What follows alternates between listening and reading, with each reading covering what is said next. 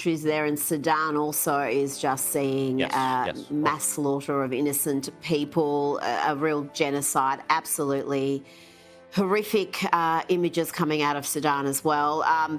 But on Nigeria, let's hear a cry for help from a Christian in Nigeria. America, please stand for us.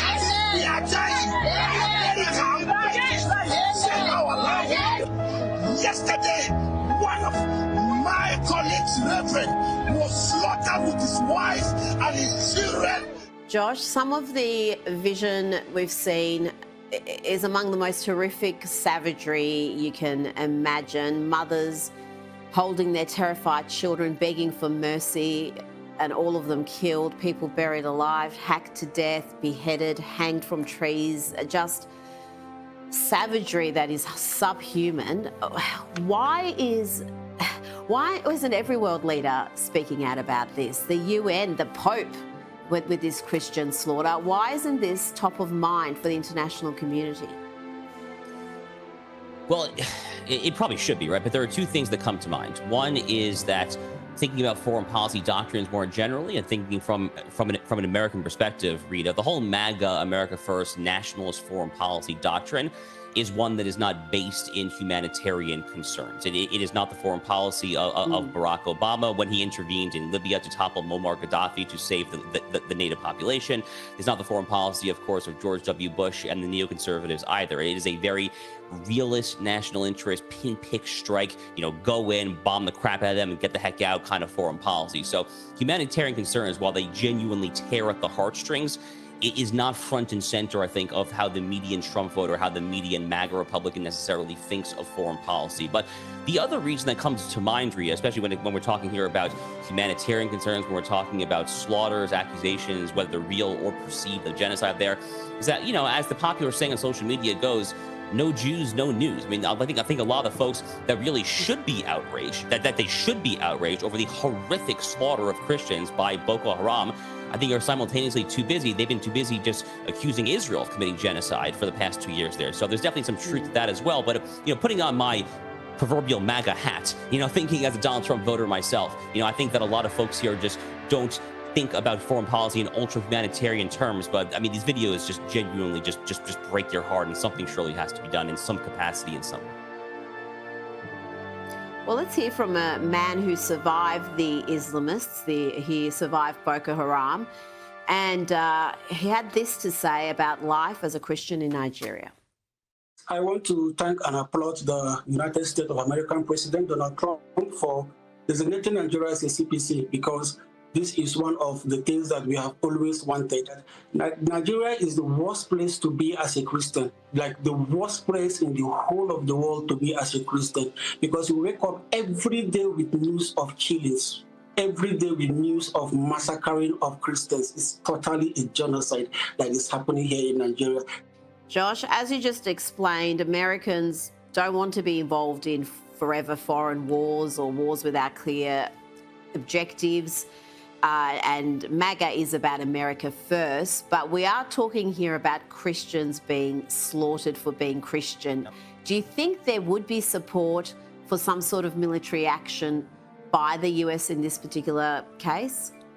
I think that Donald Trump could probably sell it if he were to build the political capital and kind of sell it as some sort of limited operation. I guess the obvious question is, what kind of limited operation would that be? I mean, let's think back to the Iran strikes back in June. That was literally a 37-hour affair from when the B-2 bombers left Missouri, flew half around the world to Iran, flew back. The whole thing took, literally less than 2 days. So I'm not sure exactly what that would look like here. I'm a little skeptical that anything along those lines could be done. Here's what I will say. I mentioned earlier, you have the possibility of sanctions, the international diplomacy, tariff policy, all the tools of diplomatic and economic statecraft, I think can and should be applied to the Nigerian government to get their freaking act together and to send Boko Haram packing to the pits of hell, frankly, there.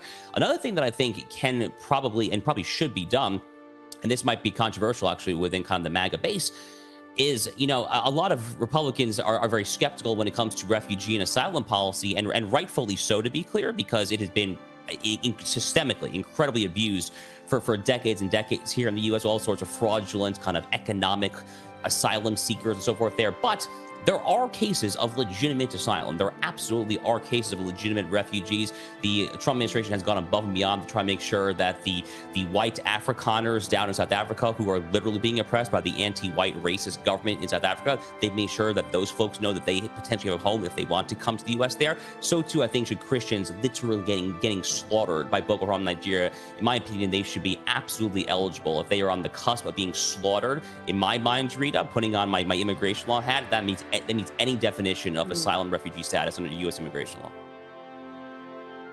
Well, yeah, that is a genuine asylum seeker, certainly not an economic migrant in what we're seeing there. Now, before you go, a left-wing podcaster, Kyle Kalinske, is being denounced online on social media. He is copying it for posting a meme that depicted Charlie Kirk's wife, Erica, as and I quote, fake grieving widow grifter. And he is not alone here, Josh. He's among thousands online on social media who are attacking Erica for everything from her choice of clothing to how she hugs people. It's all rather sick. Where do you think this is coming from, Josh? This fervour to attack a grieving widow? Well, I think it's pretty simple, Rita, is they hate Charlie. They hate Charlie Kirk. They hate what he stood for. They hate what he built. They hate the organization that he built. They hate the movement that he led. They hate everything about him.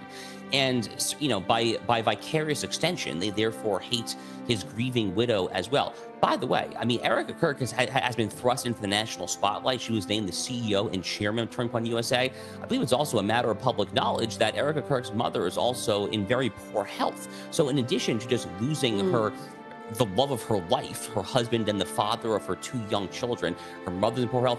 I mean, just leave the freaking woman alone. I mean, my God, I mean, what, at some point, like literally, what is wrong with you? I mean, there is such a deranged level of inhumanity and just lack of compassion for our fellow human beings that I think has taken hold of so many people on the left, Rita, here. The polls that I see day in and day out these days are just absolutely disgusting. The percentage of Democrats or self-described left-wingers who support some form of political violence, who say that shouting down or physically harming speakers to prevent them from speaking might be necessary, whether it's this with Erica Kirk, it's disgusting. It is literally disgusting.